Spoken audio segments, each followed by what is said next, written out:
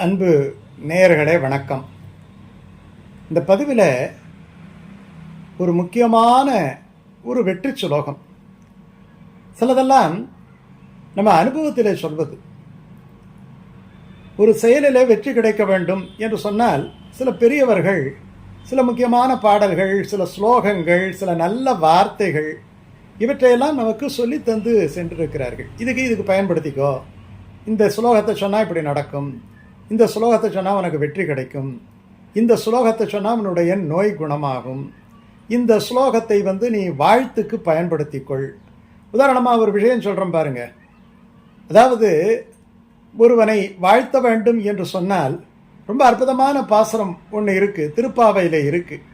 ஓங்கி உலகளந்த உத்தமன் பேர்பாடி நாங்கள் நம்பாவைக்கு சாற்று நீராடினால் தீங்கின்றி நாடலாம் திங்கள் மும்மாறி பெய்து ஓங்கு பெரும் சென்னல் ஊடு கயல் புகழ பூங்குவளை போதில் பொறிவண்டு கண்படுப்ப தேங்காதே புக்கிருந்து சீர்த்த முலை பற்றி வாங்க குடம் நிறைக்கும் வள்ளல் பெரும்பசுக்கள் நீங்காத செல்வம் நிறைந்தேல் வரம்பாவான்னு சொல்ல வேண்டியில்லை, நீங்காத செல்வம் நிறைந்து அப்படின்னு சொன்னால் போரும்.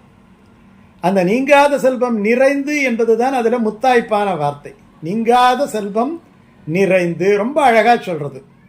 தனம் தானியம் பசுபுத்திர லாபம் சதசம்பட்சரம் தீர்க்கமாயுகன்னுட்டு நம்ம அவ்வளோ குழப்பமாக சொல்ல வேண்டியில்லை, இதுவே போகிறோம்.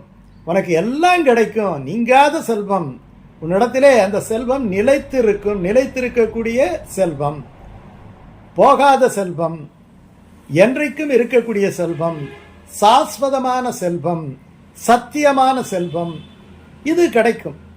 அதே மாதிரி பொருந்திய தேசும் பொறையும் திரளும் நல்ல திருந்திய ஞானமும் செல்வமும் சேரும்.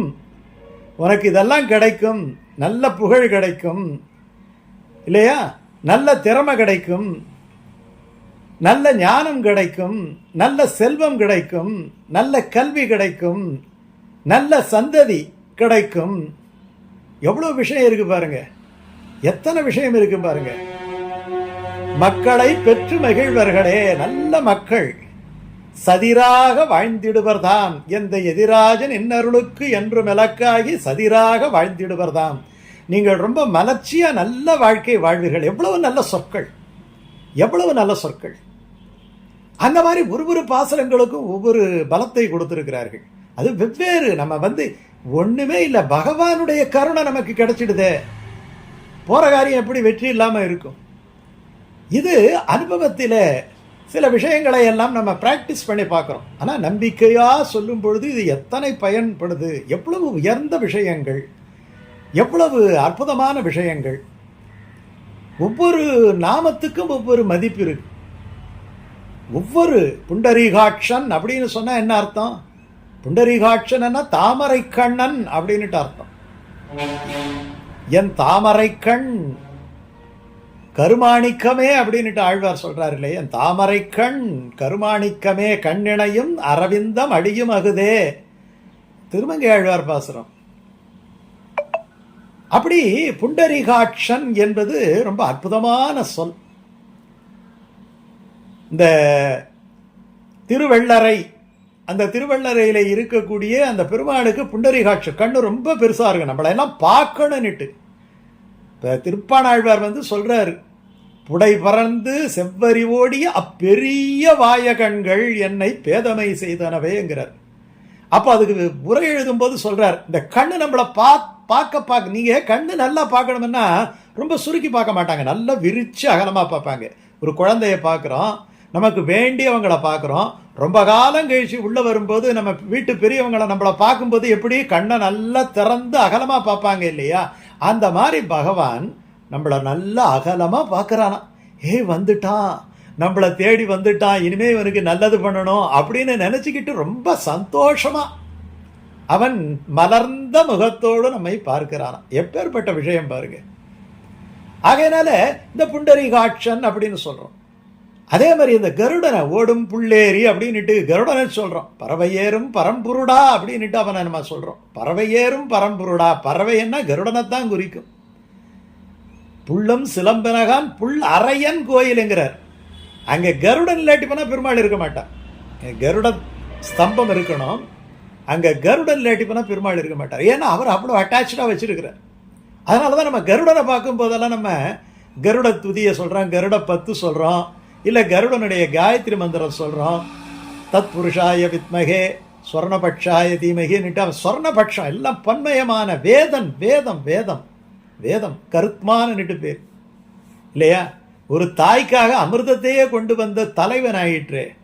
அதனால் அது மட்டும் கிடையாது. நமக்கு ஒரு விஷயத்தை பெருமாள் நம்மளுக்கு தீக்கணும் அப்படின்னு சொன்னால், போய் செய்யணும்னு சொன்னால் பெருமாளுக்கு முன்னாடி ரொம்ப வேகமாக வருவாராம்.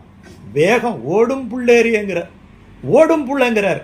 ஐயோ பெருமாள் என்னைக்கு நம்ம அவங்க போய் தீக்கணுமேன்னுட்டு எப்பேற்பட்ட விஷயம். அதனால தான் கருட மண்டபத்தில் போய் அவனை பார்த்துட்டு நம்ம அப்புறம் தான் பெருமாளை போய் நம்ம பார்க்குறோம். ஒரு கும்பிடு போட்டுட்டு அதுக்கப்புறமா போவோம். திரும்ப அவர்கிட்ட நின்று ஒரு சாஷ்டாங்கமாக ஒரு நமஸ்காரம் பண்ணிவிட்டு நம்ம வரோம். ஒரு அஞ்சலின்னா அப்படியே நம்ம கண்ணில் ஜலம் வரணும் அஞ்சலிங்கிறது. அப்போ கோயிலில் நம்ம அஞ்சலி பண்ணும்போது என்ன பாசுரம், வீட்டில் பூஜை ஏற முடிஞ்சவனே என்ன பாசுரம், ஒரு வேலைக்கு போகிறோம் வெற்றிக்கு இல்லையா, ஒரு ஆளை போய் பார்க்கணும், எப்படி அது ஜெயிக்கணுமே, அப்போ பெருமாளா சகாயம் பண்ணணும் இல்லையா, அப்போ என்ன பாசுரம். இது எல்லாம் சேர்ந்து பாசுரம் கிடையாது, ஒரு சின்ன ஒரு மந்திரம், ஒரு ஒரு ஒரு சொற்கள் என்ன எடுத்துக்கிட்டால் 9 சொல் இருக்கும். 2 வரி தான், ரொம்ப அதிகமெல்லாம் கிடையாது. ரொம்ப அதிகமென்னா ஐயோ இவ்வளோ இருக்குன்னுட்டு போயிடுவாங்க இல்லையா. அது இந்த வீடியோவனுடைய எண்டில் உங்களுக்கு ஒரு கார்டாகவே வரும், நீங்கள் எழுதிக்கலாம். ஏன்னா பலது நாங்கள் பார்த்தோம், கீழே லிங்க் போடும்போது பார்த்தீங்கன்னா நம்ம ஆளுங்க அதை மறந்துடுறாங்க.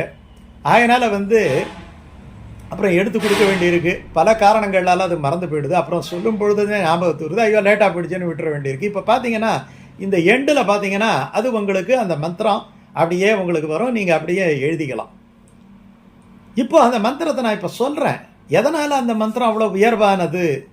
ஏன்னா முதல்ல பகவானுக்கு மங்களம் பண்ணணும். நமக்கு மங்களம் கிடைக்கணும்னா அவனுக்கு மங்களம் பண்ணணும். பகவான் மங்களம் விஷ்ணு, ஒரு வார்த்தை 3 சொல்லு இருக்குது இல்லையா. பகவான் மங்களம், பகவான் விஷ்ணு, மங்களம் மதுசூதனா, மதுசூதனன் பகவானுக்கு பேர்.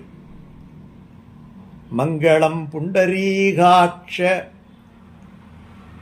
புண்டரீகாட்சங்கிற அந்த நாமத்தை சொல்லி மங்களம் புண்டரீகாட்ச, மங்களம் கருடத்வஜ,